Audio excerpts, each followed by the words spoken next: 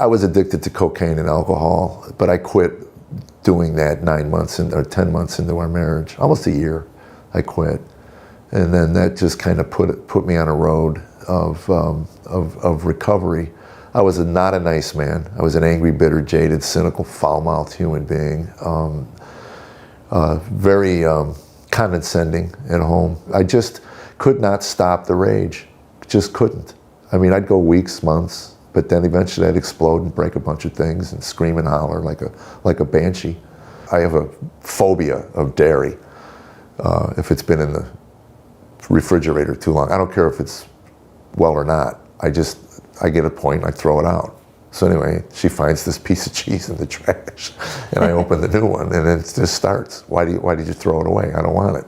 And then she says, well, it's perfectly good. I go, fine, you eat it. And then it just escalates. And I end up on a chair yelling at her, I don't want it. Can you hear me? Are you deaf? I don't want it. I don't want it. I don't want it. I don't want it. She falls to her knees and she's sobbing.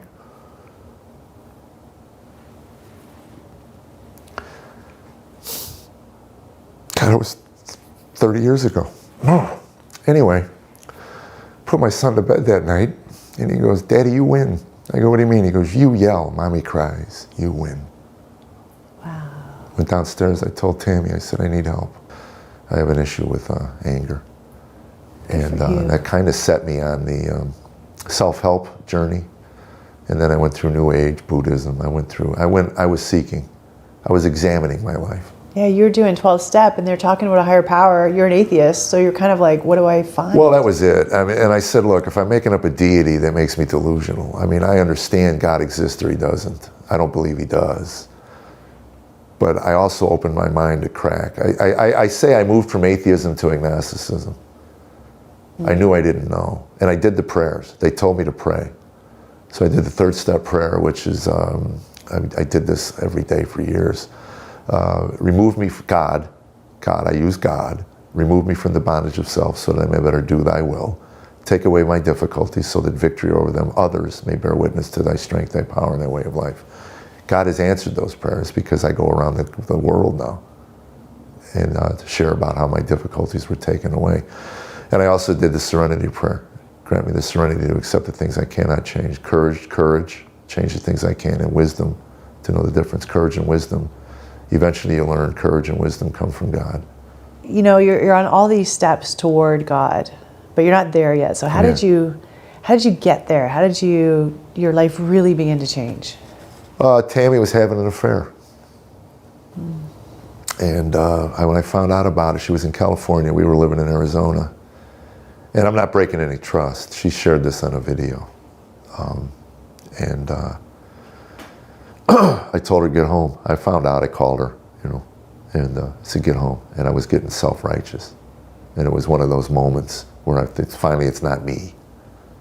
Finally I got. And had she come home that night, which she was supposed to, I don't know if I'd be married today, because I was loaded for bear. And I wrestled with God that night. Paced my room like a caged cat, waiting for her to get home. And every time I'd get self-righteous, that little voice would go off inside me. Really? Remember the time you stood on a stool in the kitchen? And you remember the time you smashed all the dishes? Remember the time? And there dozens of them. So she didn't come home until 8 o'clock the next morning. And I picked her up at the airport and I was exhausted. I put my arms around her, gave her a kiss on the cheek, and I said, she goes, that's it? I go, baby, we're a mess. We have 2 kids at home that need parents. If this is what you want, then you can have them. I'm not going to stand in your way. But if it's not what you want, we need to do a lot of work and get through this together. And I told her flat out, I'll take 50% of the blame for this mess. Wow. And I said, if it goes to 51, 49, we're not going to get through it. She was involved with him for maybe 3 more months. The most gut-wrenching, heartbreaking period of my life. Wow. I remember being in Vegas and she was in Jersey, and I knew she showed dogs. And I remember this specifically. I had 102 phone calls to her hotel room that week, all hang-ups. because I didn't want him to pick up the phone. But I tried to let her run its course. And in that summer that she was in Ohio with the kids and I was in Arizona, this man that I had met gave me Bible tapes. And I never opened any of them up until that summer. I had about 1.5 years of manila envelopes with Bible tapes in them. And the first one I opened up was Ecclesiastes. Just exhilarated me. Meaningless, meaningless, all is meaningless.